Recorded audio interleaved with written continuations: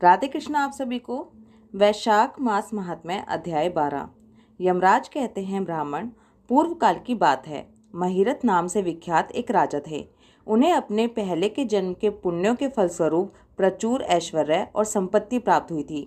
लेकिन राजा राज्य लक्ष्मी का सारा भार मंत्री पर रखकर खुद विषय भोग में आसक्त हो रहे थे। वो ना तो प्रजा की ओर दृष्टि डालते थे, ना धन की ओर। धर्म और अर्थ का काम भी कभी नहीं देखते थे। उनकी वाणी तथा उनका मन कामिनियों की क्रीड़ा में ही आसक्त था। राजा के पुरोहित का नाम कश्यप था। जब राजा को विषयों में रमते हुए बहुत दिन व्यतीत हो गए, तब पुरोहित ने मन में विचार किया, जो गुरु मोहवश राजा को अधर्म से नहीं रोकता, वो भी उसके पाप का भागी होता है।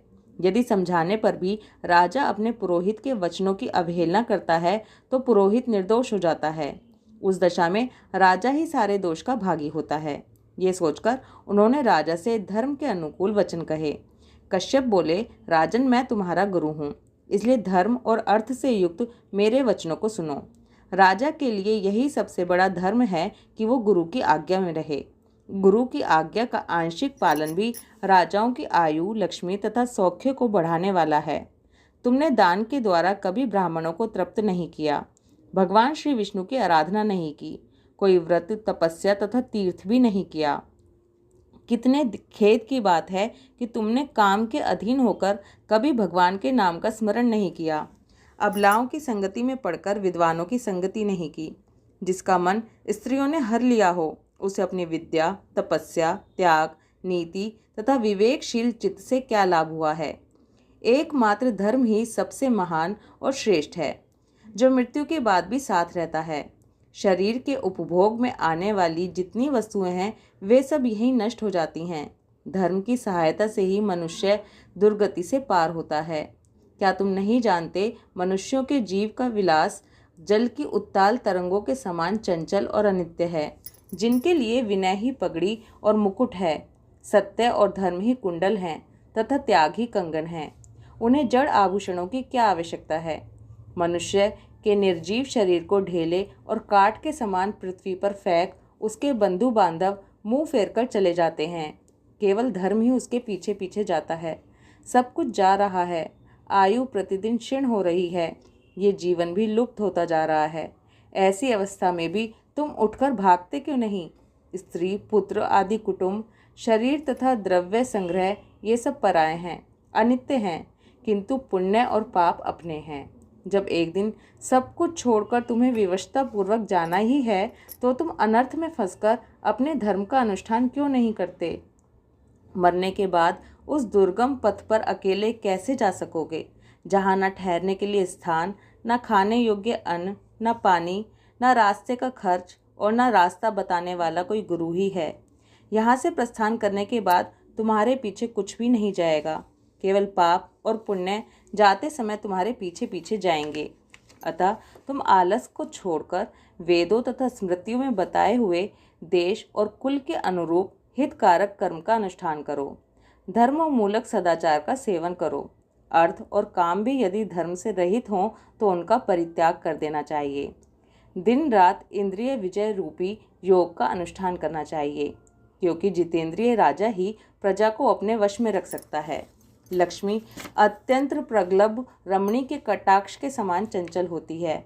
विनय रूपी गुण धारण करने से ही वह राजाओं के पास दीर्घ काल तक ठहरती है। जो अत्यंत कामी और घमंडी हैं, जिनका सारा कार्य बिना विचारे ही होता है, उन मूढ़ चेता राजाओं की संपत्ति उनकी आयु के साथ ही नष्ट हो जाती है। व्यसन और मृत्यु, इनमें व्यसन को ही कष्टदायक बताया गया है। व्यसन में पड़े हुए राजा की अधोगति होती है, और जो व्यसन से दूर रहता है वह स्वर्गलोक में जाता है। व्यसन और दुख काम से ही उत्पन्न होते हैं, इसलिए काम का परित्याग करो। पापों में फंस जाने पर वैभव और भोग स्थिर नहीं रहते, वो शीघ्र ही नष्ट हो जाते हैं। चलते, रुकते, जागते और सोते समय भी जिसका चित्त विचार में संलग्न नहीं रहता, वह जीते जी भी मरे हुए के ही तुल्य है। विद्वान पुरुष विषय चिंता छोड़कर समतापूर्ण, स्थिर और व्यवहारिक युक्ति से परमार्थ का साधन करते हैं। जीव का चित्त बालक की भांति चपल होता है, उससे बलपूर्वक काम लेना चाहिए। धर्म के तत्वदर्शी वृद्ध पुरुषों की बुद्धि का सहारा ले पराबुद्धि के द्वारा अपने कुपथगामी चित्त को वश में करना चाहिए। लौकिक धर्म, मित्र, भाई बंधु, हाथ पैरों का चलना, देशांतर में जाना, शरीर से क्लेश उठाना तथा तीर्थ के लिए यत्न करना आदि कोई भी परम पद की प्राप्ति में सहायता नहीं कर सकते। केवल परमात्मा में मन लगाकर उनका नाम जप करने से ही उस पद की प्राप्ति होती है। इसलिए राजन, विद्वान पुरुष को उचित है कि वो विषयों में प्रवृत्त हुए चित्त को रोकने के लिए यत्न करे। यत्न से वो अवश्य ही वश में हो जाता है। यदि मनुष्य मोह में पड़ जाए, स्वयं विचार करने में असमर्थ हो जाए, तो उसे विद्वान सुहृदों के पास जाकर प्रश्न करना चाहिए। वे पूछने पर यथोचित कर्तव्य का उपदेश देते हैं। कल्याण की इच्छा रखने वाले को हर एक उपाय से काम और क्रोध का निग्रह करना चाहिए, क्योंकि वे दोनों कल्याण का विघात करने के लिए उद्यत रहते हैं। काम बड़ा बलवान है, वो शरीर के भीतर रहने वाला महान शत्रु है। श्रेय की अभिलाषा रखने वाले पुरुष को उसके अधीन नहीं होना चाहिए। विधि पूर्वक पालन किया हुआ धर्म ही सबसे श्रेष्ठ है। इसलिए तुम धैर्य धारण करके धर्म का ही आचरण करो। ये सांस बड़ी चंचल है, जीवन उसी के अधीन है। ऐसी स्थिति में भी कौन मनुष्य धर्म के आचरण में विलंब करेगा? जो वृद्धावस्था को प्राप्त हो चुका है, उसका चित्त भी इन निषिद्ध विषयों की ओर से नहीं हटता। ये कितने दुख की बात है। इस काम के मोह में पड़कर तुम्हारी सारी उम्र व्यर्थ बीत गई। अब भी तो अपने हित के साधन में लगो। तुम्हारे लिए सर्वोत्तम हित की बात कहता हूँ, क्योंकि मैं तुम्हारा पुरोहित और तुम्हारे भले बुरे कर्मों का भागी हूँ। मुनीश्वरों ने ब्रह्महत्या, सुरापान, चोरी, गुरु पत्नी गमन आदि महापातक बताए हैं। उनमें से मनुष्य द्वारा मन, वाणी और शरीर से भी किए हुए जो पाप हैं, उन्हें वैशाख मास नष्ट कर देता है। जैसे सूर्य अंधकार का नाश करता है, उसी प्रकार वैशाख मास पाप रूपी महान अंधकार को हमेशा नष्ट कर डालता है। इसलिए तुम विधि पूर्वक वैशाख व्रत का पालन करो।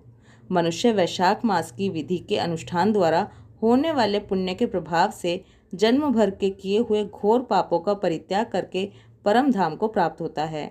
इसलिए महाराज, तुम भी इस वैशाख मास में प्रातः स्नान करके विधि पूर्वक भगवान मधुसूदन की पूजा करो। जिस प्रकार कूटने छाटने की क्रिया से चावल की भूसी छूट जाती है, मांजने से तांबे की कालिख मिट जाती है, उसी प्रकार शुभ कर्म का अनुष्ठान करने से पुरुष के अंतःकरण का मल धुल जाता है। वैशाख मास महात्म्य अध्याय 12 समाप्त। ओम नमो भगवते वासुदेवाय। राधे कृष्णा।